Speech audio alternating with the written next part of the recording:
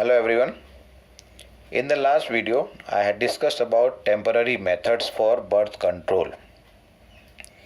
And in that last topic that I had discussed was about hormonal method, where I had discussed about the oral pills and injectables or implants. Now in this video, I am going to discuss about the permanent methods. Now, permanent methods means it is actually a surgical method that has to be performed by a doctor. That is done by a doctor through a surgical procedure. This method is also called as sterilization method. And this method is generally advised for males and female partner, male or female partner, as a terminal method. Means over here, after undergoing this surgical method or after adopting this method, no more pregnancies can occur. So that's why this is a terminal or otherwise a permanent method. In this, what happens? The surgical intervention blocks the gamete transport. Means over here, it is like a treatment, or it is a medical procedure, you can say, surgical procedure, in which the pathway for the transport of gamete in male and also in case of female is blocked, so that the two gametes, that is male and female gametes, do not meet each other and they do not lead to fertilization, implantation and later on the pregnancies. This method, in case of male it is called as vasectomy, and in case of female it is called as tubectomy.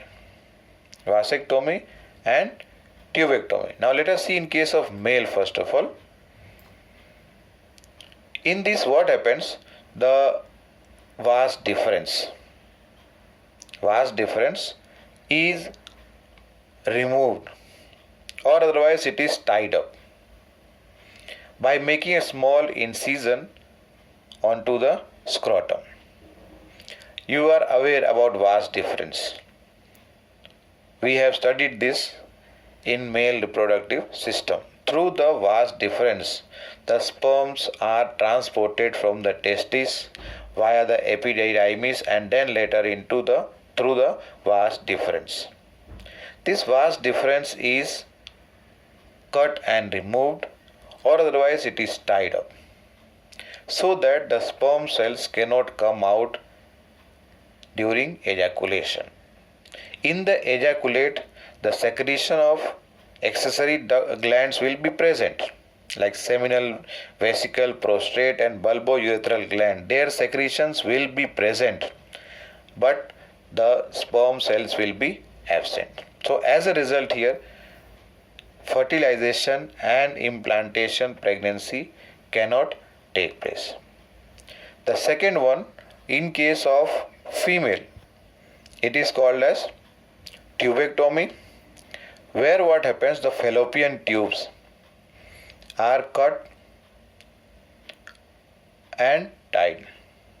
Fallopian tubes are cut and tied so that the two gametes which have to meet in the fallopian tube should not meet here, or will not be able to meet here, because after cutting and tying of the fallopian tube, the ovum cannot come towards the uterus, neither the sperm can enter into the or go into the fallopian tube to fertilize the ovum.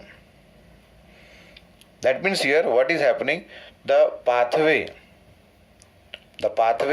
for the transport of gamete, both gamete here, male and female gamete, are being blocked here, because the fallopian tube is blocked here by cutting and tying. As a result, this method is called as tubectomy, and this method or the procedure can be performed by making an incision in the abdomen, lower abdomen, or otherwise it can also be done through the vagina. Once again, this method, that is the procedure for tubectomy, can be done or procedure can be performed by making an incision in abdomen, or otherwise it can also be done through the vagina. Now these methods, both tubectomy and vasectomy, are highly effective because no more pregnancies can result. But their reversibility is poor. Reversibility, I think you understand. Due to some reason, let us say the couple or the person who has undergone this terminal method of birth control, already surgery has been done, they want to revert back. They want, let us say in case of female, if they want the fallopian tube to be rejoined once again, or otherwise in case of male the vas deferens has to be rejoined again. So in that case the procedure is not reversible, means the reversibility is poor. Now it is important to emphasize here that the method or the selection of the suitable method, contraceptive method, and then its use should always be undertaken in consultation with a qualified medical professional. Means here we are talking about doctor.